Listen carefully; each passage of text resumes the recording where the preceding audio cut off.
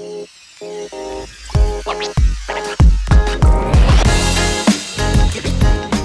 on Board Game Coffee, we're reviewing Printing Press from Portal Games. I'm Mark Maya. I'm Jess. And I'm Brittany. And this is Board Game Coffee. Let's do this. Vincent, get back here this instant! Oh, Thank you. Oh, I love you too. I couldn't have done it without you. Thank you. Thank you. All right, now, it has been a bit since we've done an unfiltered review. So, I started off with a little bit of beer. Hey, look, the head's gone down. This was my worst pour ever. Could you imagine if we did reviews for beer pours? This would be a bad... You would fail. Oh. There you go.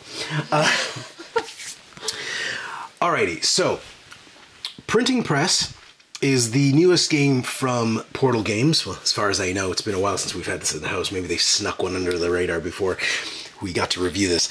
But we're going to do a rundown of how this plays. But just so you know, Printing Press is like the spiritual successor to Gutenberg. Actually, I'll use my own camera. Gutenberg.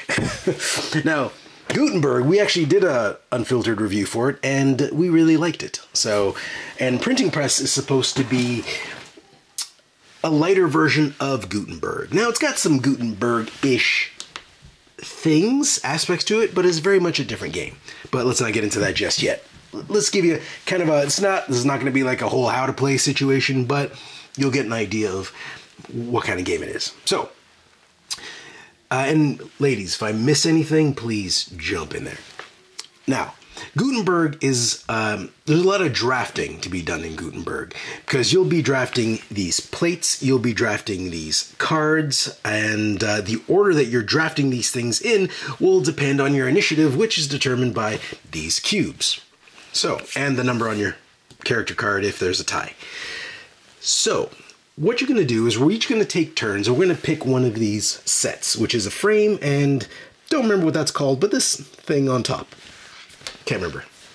It's like your main goal, and then these other bits. So you're going to take one of them, you're going to put them in front of you, kind of like this. So you're just going to sit in front of you like this. Keep in mind, this isn't in my play area. This is a drafting thing that is just on the table for the sake of this review.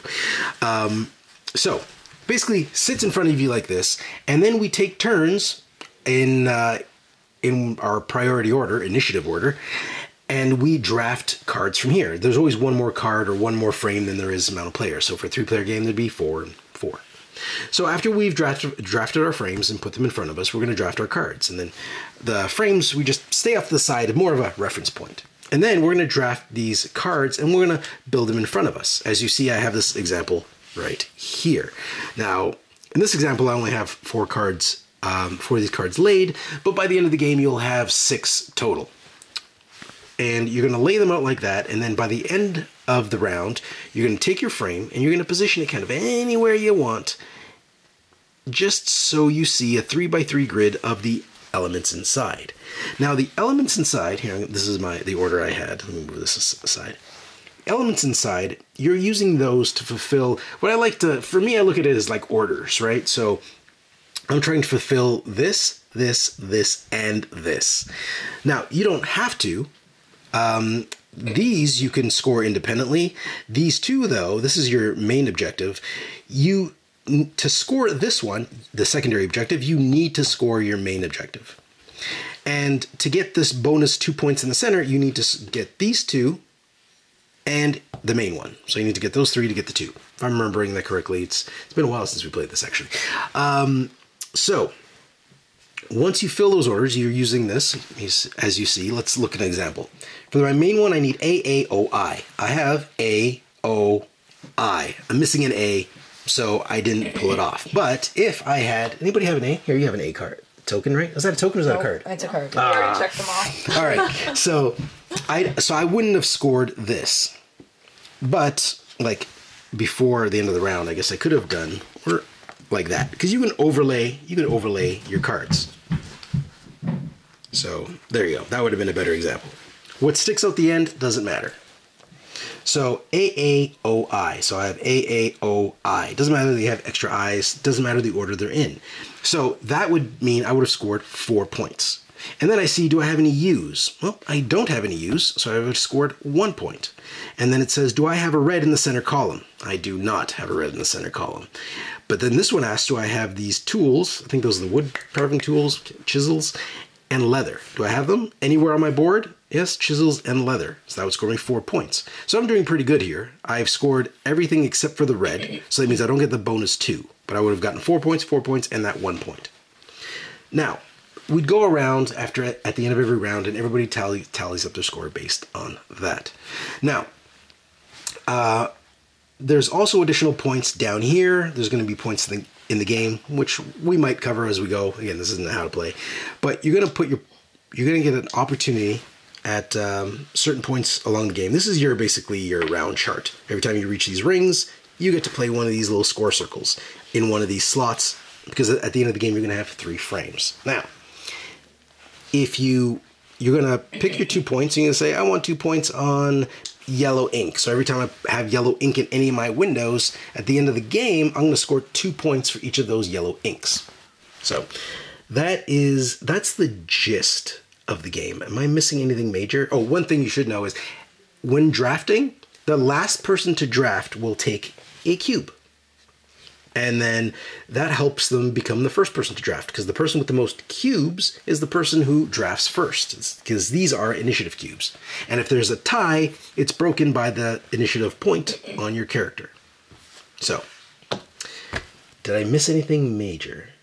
The abilities?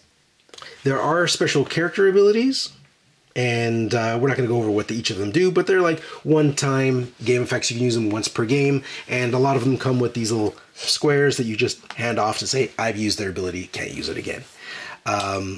So like, it's a card-laid, card-played situation, but certain abilities like this one allows you to slide cards underneath, which is you normally can't. The cards you just have to keep stacking. And there are these abilities. So for example, there's this red ink. So I could have placed this at any point on my turn, and I could have placed this there. And then that would have given me the red ink I needed to score that center row. So I could have just done that. And but I would have covered up these 2 cubes, because not only do the wooden cubes you have on your side count as initiative, but the wooden cubes printed that are visible in your window also count. And so if the round's not over, anything visible in your play area also counts. So you would add up all the cubes you see printed and the cubes that you have, and that's your initiative. Okay, now there are 3 rounds in the game, and the rounds pretty much go select your frame. Then there's 6 rounds of selecting cards, which are these things, which I'm going to put one back. And then we score. No, we lock down our frame, and then we score. So we make our final changes here, and then we do our scoring. That's how the rounds work. You do that 3 times, and it goes over. Now, and then the game's over. So now I've made a mess of whatever this is. And one important thing to note is that, I don't know what I did, just ignore that. So one important thing to note is that when you take these cards, some of them are horizontal, other ones are vertical. They need to stay in that orientation. So there's a number in the bottom left corner that tells you which orientation it should be. So the number, this little tiny number, it doesn't matter that you can see the number. If you see the speck, if you're old, you see a black speck, that black speck needs to be in the bottom left corner. Now, okay, so that's our rundown on how the game works. I think that's a good... Oh, and also, if you don't want to take these, you can sacrifice one of those and draw, was it 3 of these from the bag? You draw 3 of these little helpful abilities, or not abilities, tokens that you can spend to fill out your frames. You take 1. And you take 1, and you put the other 2 back.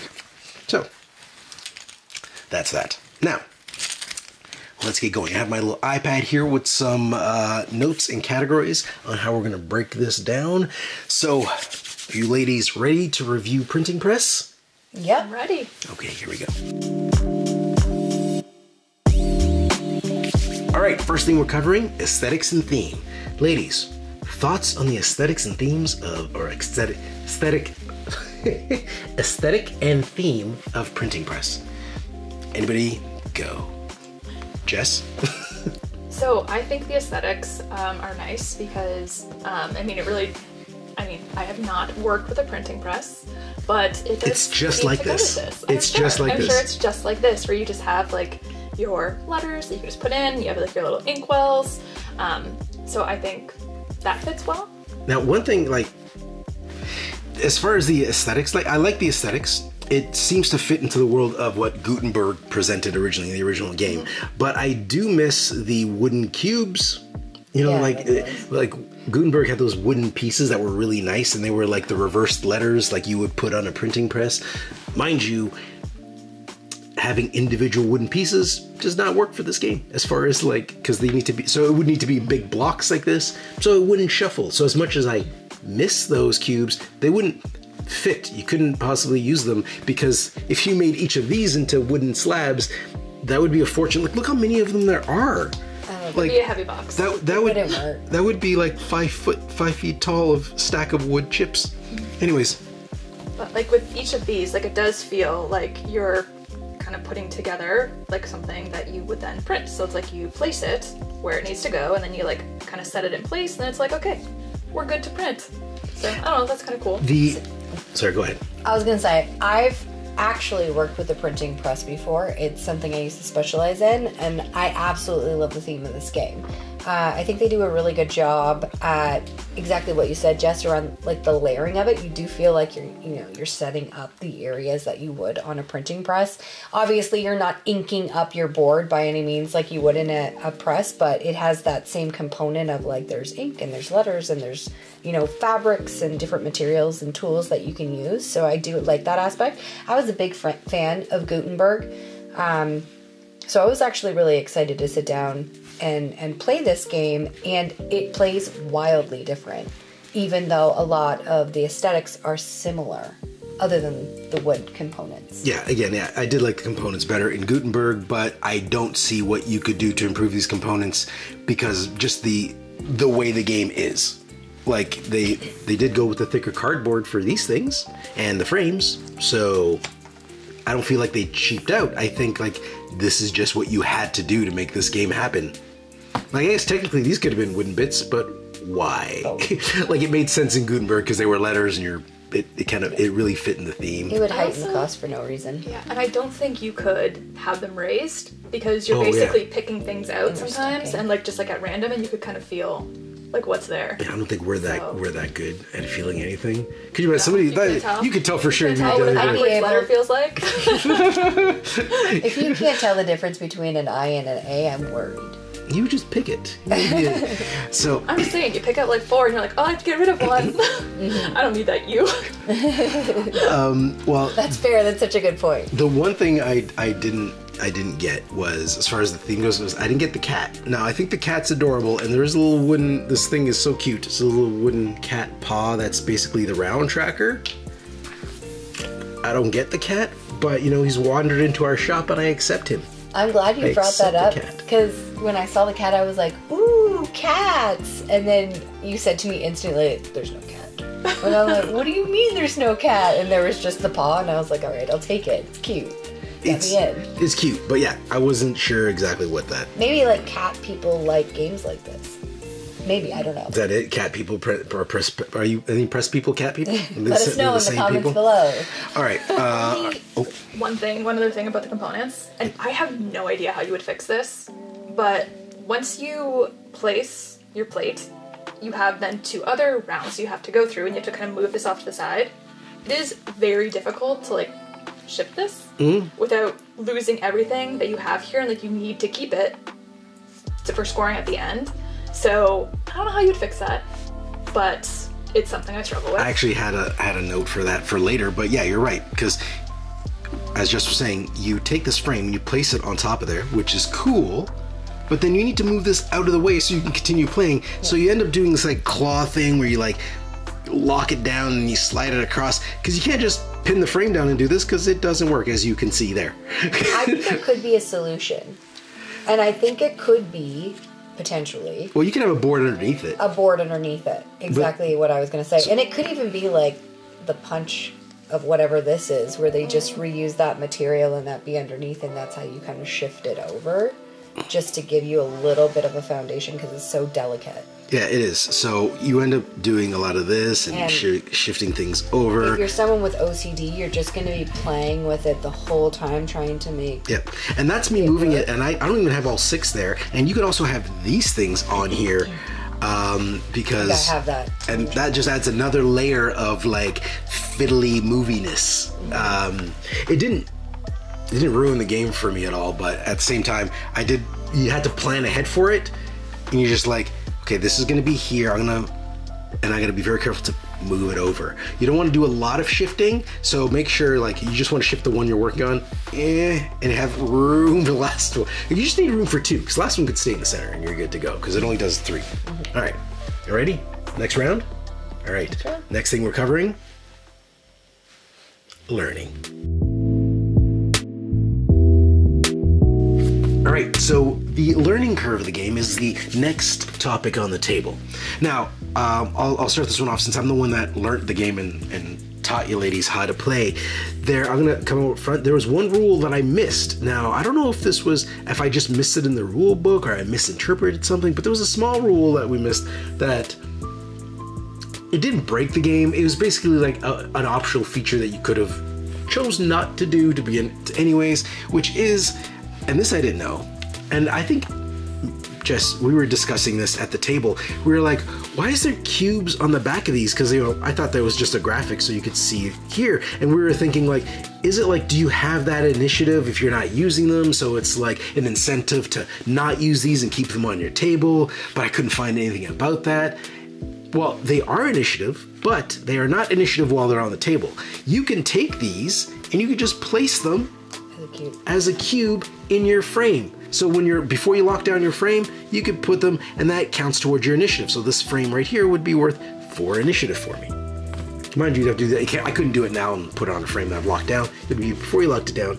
But that's what it was. And I actually sent a picture to, like, I missed it so much that I actually took a picture, sent it to Ignacy from Portal Games, and I was like, what's the deal? Why are there cubes on the back? I must be missing something, because that could be anything. It could just be blank. It could be a picture of a cat. Like, it could be anything. Ooh. So then but it wouldn't be playable, right? But so that was the deal. So that's what it is. So I missed that. But other than that little bit of information that I missed, I'd have to review again the rule books to see if it's a me thing or not. But I thought the game was easy to learn, and it's one of those things, as I was reading it, as soon as I started putting the game in place and I was reading through the rulebook, I was like, I'm gonna like this. And that's usually when I turn to Britt and I'm like, you're gonna like this one. So I thought it was easy to learn, and I didn't think it didn't take that much time to teach, because there's not a whole lot you need to know at once, and I can kind of teach you things as you go as well, give you a rundown. And if you don't get everything right away, it's the kind of game, because it's so much drafting, you can just ask. It's like, okay, how do I use this? How does that work? But there's not much of that, because it's such a simple mechanic. Thoughts? I think the most complicated thing to learn, and it's not that complicated, is really just the scoring. So it's kind of like, okay, how would you, like, remembering you have to score this in order to score this, and that in order to score this, you also need to score this. So, like, it's not like it's hard, it's more just like, oh, I need to get this, like, prioritize this. But, so, like, again, not complicated, and that was probably the hardest thing to keep in mind. I found it not an issue because I'm always trying to get the main goal, and then everything kind of plays off of that, right? So I'm always trying to get everything, but the main goal, I'm always trying to get the main goal. So it was never, I think Chris was probably the only one that's played with us and he didn't get a main goal. I think he was the only one. It seems like a Chris thing to do. Anyways, I thought it was a quick, like, you guys had already played around by the time I jumped in. Or not around, but a game. And I jumped in, and I was worried that I was going to have a long time to catch up, and I felt like I was in the game within, like, 5 minutes. Like, it was pretty quick. For me, it was actually vertical versus horizontal, because my brain wanted to, like, move things around to fit it into my puzzle, and then... Yeah, I can see. But I like that component of it because it adds, like, another layer to, like, the I can see that being an issue of, like, because you're trying to visualize it. Like I have it set to me because I always set it toward because I'm teaching. I would have been sitting where Jess was, so it was upside down for me. So I was like flipping things in my head and then horizontally to try to fit it on my board because it was upside down. I would think it'd be more difficult for somebody sitting here because from here the horizontals are vertical and verticals are horizontals. No, because the gray's on the right, but really the gray would be on the left. So you literally have to flip it in your head. Mm-hmm. So, but I mean, that's an easy thing you can fix for people to sit around the table. Now that we know that, we would just shift 2 people on one side. And Yeah, and with that, I agree. Like I was sitting where Brittany is now, and like I had no problems kind of looking at it sideways. Like I didn't find that an issue. So like if you only had a certain amount of space, I would say kind of doing it on the sides and facing probably is like the easiest way to So, put it like, versus like this. don't have I think that it's more seat. difficult. Exactly. Just like whoever's planning to sit here, sorry, you can't play. Or sit beside Mark. yeah. But yeah, so overall, it's an easy game to pick up and learn. Like we haven't played this in a week, which for most people that's probably not much, but for me, a week that's enough to erase the game from my brain. But kind of looking at it, it's like, oh yeah. Now I remember. Like it wasn't a big deal. I watched we watched just a quick video online to be like quick refresher, and I watched the video for like 30 seconds. I was like, okay, I remember it. I just had to see somebody moving, and I was like, it snapped right in. Like I set this up, and I'm pretty sure I set it up right, and I didn't look at the rule book at all. It was just like, man, We could start playing right away. yeah. So all right, next. Replayability. Okay, ready, ladies? So, is this game replayable? Let's start with Brittany this time. Brittany. I think it is. I think there's a little bit of luck in it in regards to, you're drafting and you're picking up. It depends what everybody picks. So I think that changes your thought process of how you play the game a little bit, which I like because it's not like you can just pick anything you want. Like once it's gone, it's gone. So that shifts, and I think that allows for the replayability of like, oh, I can do a different combination next time. Well, yeah, I think that. And Where you're saying there's so many factors in here that are just mixed up because like these things are randomly assigned together. The cards that come out are random. The cubes, these things you get are random. other people get are random. And yeah, you can randomize the characters you get, and each character has 2 different sides, so you can choose which powers you want. And even this board, this is the basic side, and then there's the advanced side. Now, we didn't play the advanced side, but as far as I can tell, it's just got less drafting stages for the cards. It's got 1 less. So instead of drafting cards 6 times, you draft them 5 times. And as far as I can see back here, that's the only difference. The rulebook might tell me different, but just glancing, because we only played with the basic side. But yeah, there's so much, like, because there's so many different components, and everything's just kind of like built out of variety. Everything's like randomly assembled at the beginning, and that's your task. And I think the more that you play it, the more you would probably shift these around and be a little more risk taking and add like your tiles in and one thing kind of idea. So I think there's different ways that you could play within the game. But do you feel, as Jesse hasn't spoken much, do you feel like you'd end up using the same strategy again and again? Hard to say because I feel like the first time we played, I was just like, I have 0 strategy. We're just gonna like pick whatever and then go in, and then I felt like the second game I had a strategy, which like didn't work out for me. So maybe after you'd played it enough times, you would get a strategy down, but you're definitely not, I would say, doing that after like a couple games, because it's kind of like, well, you can play it safe so that you can maybe get your higher initiative so you can pick what you want all the time, but then you might not score as high because you're playing it safe. So I feel like there's kind of options for what you're doing. How do you even have a strategy for this with so much, like, what is the strategy? Because can you really control a strategy where I guess you can have a strategy where it's like, I want to get a lot of initiative cubes on my board so that it'll give me, so I can pick faster. I think you could probably start to adapt strategies based on these abilities a little bit, and you could shift. So like if I don't know all the abilities. Like how much strategy could you base on these? Because these you can only use 1 time. Like there's not, I mean strategy of pulling maybe tiles out of the bag. But that's random. Or it could be like strategy for what you're choosing. Like, so if you're choosing first, it's like, I'm always going to pick the highest scoring cards and like the highest scoring, whatever this is called. So, or it's, do I want to choose, maybe it's not the highest scoring, but I'm going to choose something I know I can do.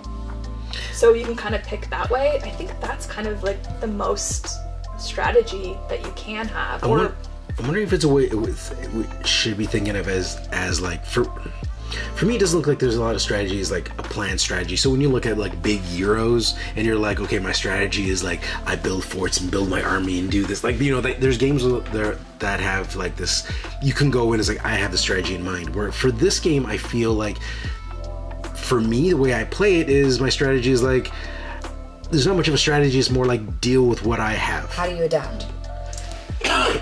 And I would say like really the biggest strategy I have is just like the first cards I'm going to choose are to get this.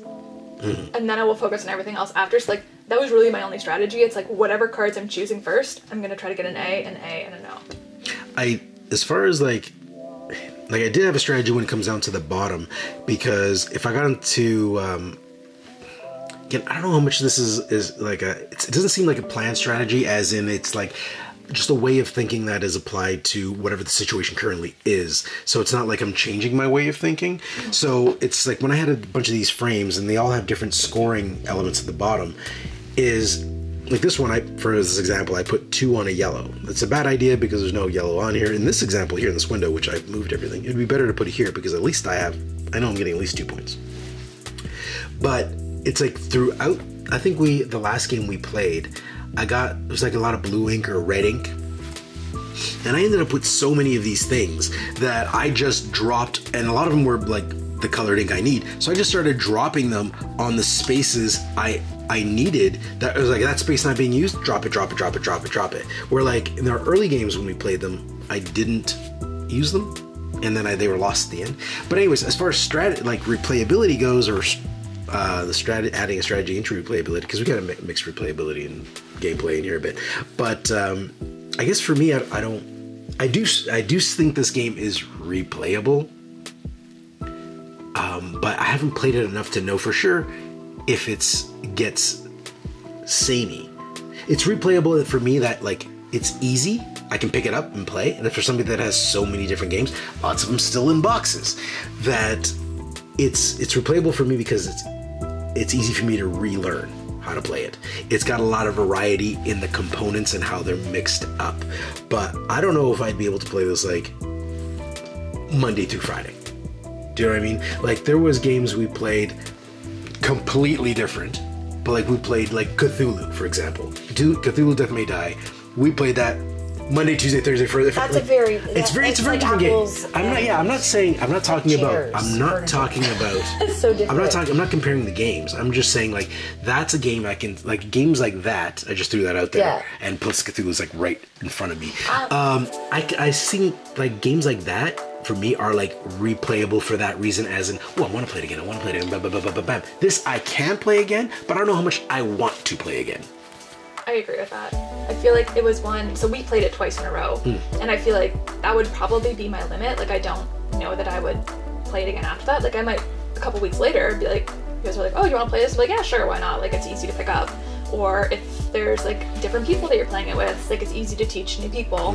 And I'd be like, sure, it's a fun game, we could play it again, but I wouldn't be playing it, like you said, like day after day after day, because I think I would probably get like a little tired of it. Yeah, so go ahead. I think that's in a different category of game. I think this is more of like maybe a casual game. Okay, so let's throw it out. Let's compare it to something. Again, I'm just picking games. I would compare this more to like Azul. Yeah. Okay. So this is like over a beer, and you know we have maybe like a small. Funny you said that. That's exactly the game I was gonna say. Yeah. So like Azul, we have played back to back, like multiple times a day, Monday to Friday. Like we've done that, like boom, boom, boom, boom, like so much. I'm sick of that Azul. I don't ever need to play it again. I love Azul. Great game.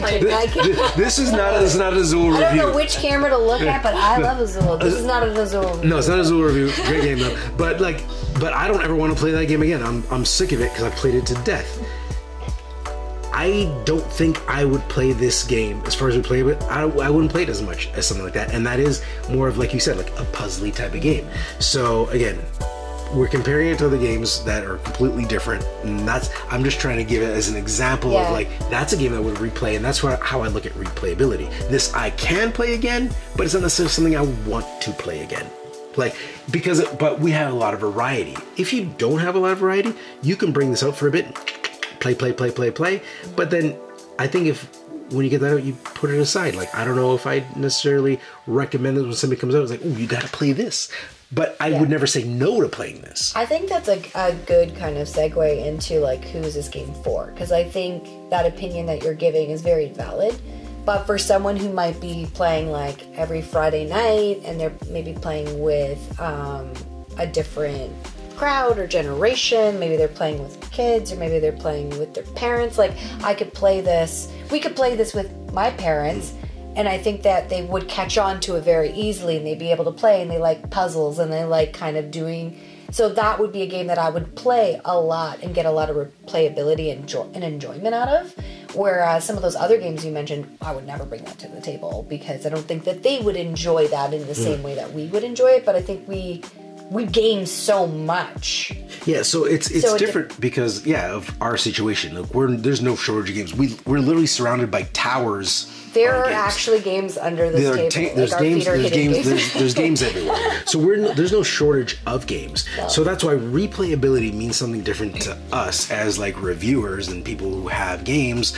That it's different to, like I could play this if I wasn't 500 board games of towers of games and reviewing games and doing how to play videos.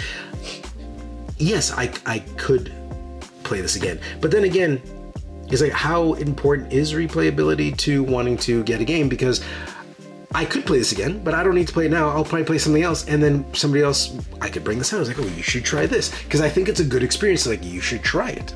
But we're getting into, like, should you buy this, should you not? I feel like we've jumped. You know what? Let's go to the next category, which is gameplay. Okay, so we've covered this a bit throughout, so this might be a short section. But who wants to lead? Jess? Oh, you? No, so you looked at Jess. I went with your look lead, but you want to talk? Go ahead. So I like the gameplay in this because there's a little bit of luck, because it's what's on the table, what is everyone picking. But what I like about this game that I think they did really well what I like that they did very well is that when you do pick whatever you get or whatever you're left with, there's an option for you to do something else so you're not stuck. So you either have this ability, or you have these cubes and you have, like, the different icons on the back, or you have the ability to, move things around so you can make it later. Like, I like that aspect, because you never feel like, oh, well, because you picked it, I got stuck with this and now I lost. Like, there's no way for you to win. You can't actually move anything around. Sorry, I'm meaning as you're placing them on top. Okay. Sorry. Thank you for clarifying. But, like, as you're stacking it, meaning, like, you can move it here, or you can do it like that, or you can, I could stick that like that. At the time that you're placing it. Thank you for the clarification. I have no idea where these went, but... That doesn't matter. You get the gist. This wasn't a real game. No. But, so I like that aspect of it, because I feel like you don't feel stuck. There are some things on the point system, but we haven't played enough of it that I could see some people always going for, like, the highest card or whatever this token. Yeah, this token is, and that was my strategy as well. That was not my strategy, and the last game we played, I went first, like, I think every single turn. So I got the pick of what I wanted. I was third place, because, like, I played it safe. So I didn't do your strategy. Like, I took the cards where I was like, I know I can get this, and I can get all the points, which did not work out. So. Okay, so you're, what you did, we had a game where I did similar in the beginning, but I picked the lowest scoring combo, so it wasn't that good. I was like, oh, I could get that easily, but it was like the lowest scoring card. But I did not win that game, but I did I think I came in like second or something. Like I shot ahead because of these bonuses at the bottom, and it was kind of something I said at the beginning where I just started utilizing these like crazy to try to feed the bonuses that I applied the points to, and that helps a lot down here. So if you keep this in mind, you can score big. It could be a big game changer at the end. So I don't think there's like you could see somebody getting far ahead. I don't think it's necessarily a runaway leader situation as much as you're like, I've made mistakes. Like you feel like it's your fault that you've done poorly. Because it's drafting, so everybody has the same options, but in different times. And if you want to draw first, you can just switch your strategy around to get more of these black cubes. And you know, if those are showing, then you get to choose more often. Like we played one game where I think I had like 7 or 8, which was a lot. But then throughout the game, I was like, I really need those spaces, and I started covering them up. So I went with like, I ended up with like 8 initiative, ended up with like 1 initiative. So then I wasn't going first ever again. So that's, I don't think, how can I say this? I think the game feels balanced. Yeah, very much so. And I mean, the way you were playing that one game, I thought you were gonna lose so badly, and I think you beat me actually. I think you were second. Yeah, I came second. I thought you won. No, I thought you won. Did I win? You had so many high scoring cards. We have a score sheet. I thought might be the score sheet for the last game. Like Let's see. 2. I think you beat him by like 2. Hold on. Hold on. No, Britt won Oh. with 65 points. I had 61. Oh, okay, Jess so had close. 57. Chris, 55. Okay, I thought you won. Yeah, I won the first game with 66 points. 66 points. So that I want to say the first game of this sheet. We have played more than twice. So that's it. I knew that sheet was in there because I was setting the setup. I was like, oh, we have a score sheet in here. Now, sorry, go ahead. What I was gonna say, like I did enjoy the game more with 4 players versus 3, and I don't know if it's just like based on what came up, or if it's just like when there's 4, there's more choices. Things are a little different. So I did like that about the gameplay. All right. Next, are we ready to go next category? Yeah. Let's do this. Player interaction. All right.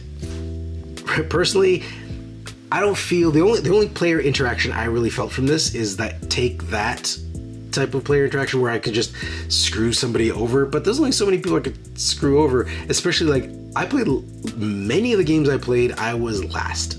I was like last, so people could screw me over, but in your early games, you're not really there's too much going on because everybody has 4 things they're trying to do. You might take a glance and be like, you want A's. That's all I can commit to memory. And I was like, I'm going to stop you from taking an A. So I've done things where like, okay, this is the only A on the board. I know you need it. So I'm just going to take this, burn it because I don't even need it. And I'm just going to take some random tiles from the bag. You did that a couple times. So, yeah, and Chris did too. He was screwing both of us over. Or was it you? Might have. The only time like that I would look at anybody else's board is if it's like nothing here helps me. What is gonna hurt somebody else? Yeah, and that was the only time that I really looked at it. So my actions, I didn't feel it was really doing anything. It was just the take that aspect of it, because these powers don't change anything. It's not like I can use this ability to go like boop and totally screw you over. That would be That would be OP. That would totally screw somebody over. That'd be awesome though. If you just want to upset people, it's awesome if you want to upset people. You say that, you would be so I would upset. be so upset. I'd be flipping tables. Like, You'd be like, you're dead to me. So I found there was more player interaction with Gutenberg, because in Gutenberg there was kind of like that bidding where you're bidding on your actions, right? Because you have cubes and you're like, if I remember correctly, it's been a while. You're like, I'm gonna put 2 cubes on there, 1 cube on there, 3 cubes on here. It was like a blind bid, and then whoever had the most cubes on that action, because in Gutenberg it was like a big board and it was in order. It was like you do this, then this, then this, then this, then this, and the order you did this, this, this, and this, as in like who does this action first, was based on their bidding of initiative cubes. So I thought there was more, not necessarily player interaction, but playing against players, right? So I'm like, so in this one, I don't know. Do you think would players be easily replaced by like just dumb AI taking random things from you. It could. It also, I mean, correct me if I'm wrong, from what I remember, it didn't feel like there was like a lot of chit chat either. No. When we were playing, because everybody's like, okay, I need this, and I need this, and I need this. Don't forget, this is my plan. Yeah. These are the things I need. Kind of focused. So I do feel like that when playing. I mean, I feel like it was mostly just like checking in with people and being like, how much initiative do you have to kind of like figure out the That was that was the most thing. Yeah. Like, Yeah. how many cubes you have? How many cubes you have? How many cubes you have? And then kind of talking between rounds. But yeah, there was. But during there, it's a very silent game. You're very like focused, like a heads down. It's a very heads down type of game where you're like, okay, I gotta get this. I gotta get this. Even when people are like playing and they're drafting, you might take a look and like, what are they drafting? But in the beginning, I'm not paying attention to that so much. I was like, okay, I need this. I need this. I need that A. I need that A. And then Brittany takes A. You're like, okay, I need my second. I need that. I need those 2 cubes. That's my best bet. You know what I mean? Like I'm thinking, because going to the bag was like a last resort.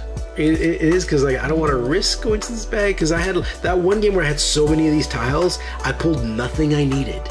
But at the end, those tiles did come in because I got later, I picked frames based on the tiles I had so I could score points. So that it does matter. Don't just choose them randomly, because I started picking these based on these.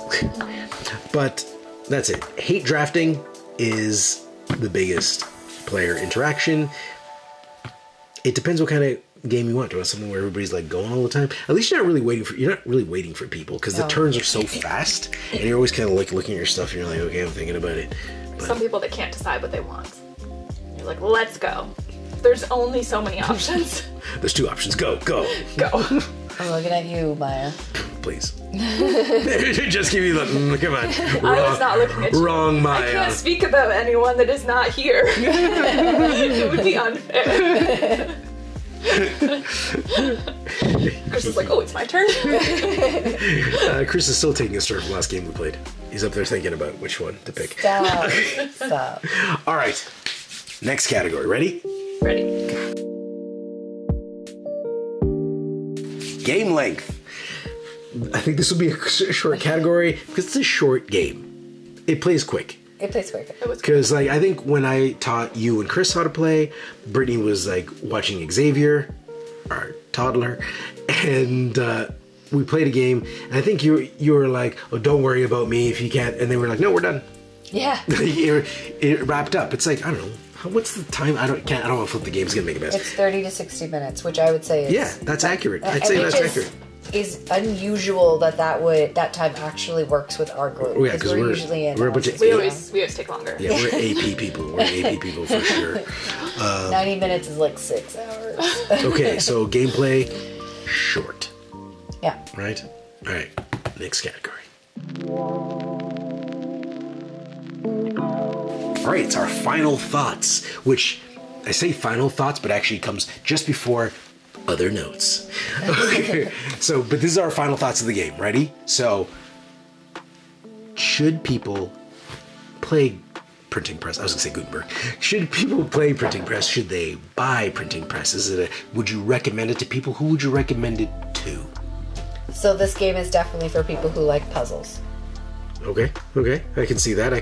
Like, I think this is very much a gateway game for people as well. Like, I could see people that wouldn't traditionally play, like, the big heavy games that we would play, like Euros or something. They could come over, and I think they could get into this very easily, and you could have, beers at the table, and you could be playing this, and I do enjoy that about this game. I don't know if I would classify it as a gateway game myself, but I guess because when I think of gateway games, I think of people like your parents who just don't play games. Yeah, right? but I think of people who maybe it's a person who plays Sudoku. So they already know about columns and rows. They already have that mindset. Okay. This could potentially be like, oh, I didn't know games could play like this. Like that's a different type of... I do think, I guess in my brains, for some reason, I look at gateway games and a game I'd like to introduce to somebody, because I don't think it I'd introduce to somebody that doesn't necessarily play a lot of games, but I don't think those people would get sucked in and be like, oh my god, I love board games, I need to play board games. So yeah, maybe it is a gateway game. I mean, it's 2 categories. It's you know, the casual game night. I think if people are coming over for a quick period of time, it's something quick and easy you can get on the table. If people don't know each other, you can kind of like, you know, get through the rules really fast. But at the same time, I do think there could be a whole audience here that if they've never played a board game before, but they like those puzzle games or word searches or things like that, their brain's already in the process of lines. And maybe that's the printmaker in me of thinking like numbers and letters and things like that. Whereas I think they could get on board with this pretty quickly because they might enjoy the theme of it and then expand into something else. Don't get me wrong, I'm kind of playing devil's advocate in some of these things, but like I think Printing Press is overall like a great game. Like I had a lot of fun playing this. I would play it right now. Yeah. Like I have no time where I wouldn't just like, nah, I don't want to play Printing Press. The only way I'd probably say no is if like I did it where I just got sick of it because I played it so much. But at that point, every game I think has that level. So I'm pretty much open to playing this whenever. And it's good. It's, like I said before, it's easy to learn. So I would recommend people to buy this.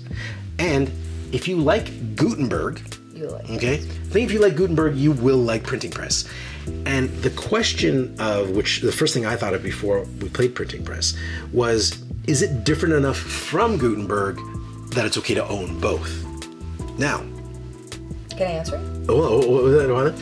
I want to bring it back to like, we've done some like odd comparisons to other games to kind of just explain our motives and our way of thinking. But now if we do that again and we bring it back to like, we mentioned how like a game like Azul was, all right, I lost my train of thought for a second. So yeah, you mentioned Azul. Now Azul has very many different versions, but I honestly don't think you need all of them. Just pick one, you're fine. They're all like similar enough that you're just fine. Just get the base one, you're fine, or whatever. Like you don't need all of them. But these two are different enough that you could play both. It's not like, oh, Gutenberg plays like Printing Press. It's set in the same world, it's got the same theme, it's got the mechanic of like you're trying to fill orders, but the way you fill those orders is completely different, right? But it's got similar things. It's got these initiative cubes, but even how you get these is different. This whole framing thing is different. Yeah. So there's so much different here that I wouldn't say these games are the same at all. Like I think they're complementary. This is a lighter game. This is more of not a heavy game by any means in regards to like board game industry standards, but it's like a more strategy. It takes a little bit longer to learn. More components to it's a longer game. If you like this, I would recommend picking this up. I would say this one's like lower stakes almost, just because like you don't have as many choices. It feels like. I think it's just because like the drafting with the other one and like the initiative here, it's like if you have the highest initiative, like you go first. You're not kind of betting against other people or trying to like get in their heads. Yeah. So and you're more kind of like playing on your own. So like if you like those kinds of games, then I think this is a good one. Where if you're more trying to, you like being a little bit more engaged with people, and trying to like, I don't know, maybe more competitive, mess people up, then maybe Gutenberg is a better one. But most of the time for this, as far as like downtime, there's not a lot of downtime because you're always kind of drafting because your turns are so short. You're like, I'm going to take this and I'm going to place it on. I'm sorry, not here. I turned it, cheated. So I'm going to take this, and then next turn Brittany's going to take something. She's going to place it on her side, and then it's just like the drafting is so quick. So if you want something snappy, this is snappy. I actually think that this would be a good game you could travel with as well because it's light. There's not a lot of components. It could stack pretty small. You put it in, you don't have to take the box. You could make it a little bit smaller. If it's 2 people playing or 3. Like I think that's an easy travel game. It's overly complicated that you can get on the table fairly easy. Kids are sleeping, it's late at night, whatever the case is, your scenario. You could fit it in a box smaller than this to take it with you, although you'd still need a good playing area because like we only have like one of these set up for this example, but there's like 3 of these windows. You need to make room for 3 of those windows. So it does take up, like it would probably take up this entire space if we played it, right? So it takes up a bit of space, but not like ridiculous. It takes up a Monopoly amount of space, you know, like the board and the money. So maybe that should be a frame of reference of like measurement. Monopoly takes a Monopoly amount of space up. All right. Anybody? So would you recommend?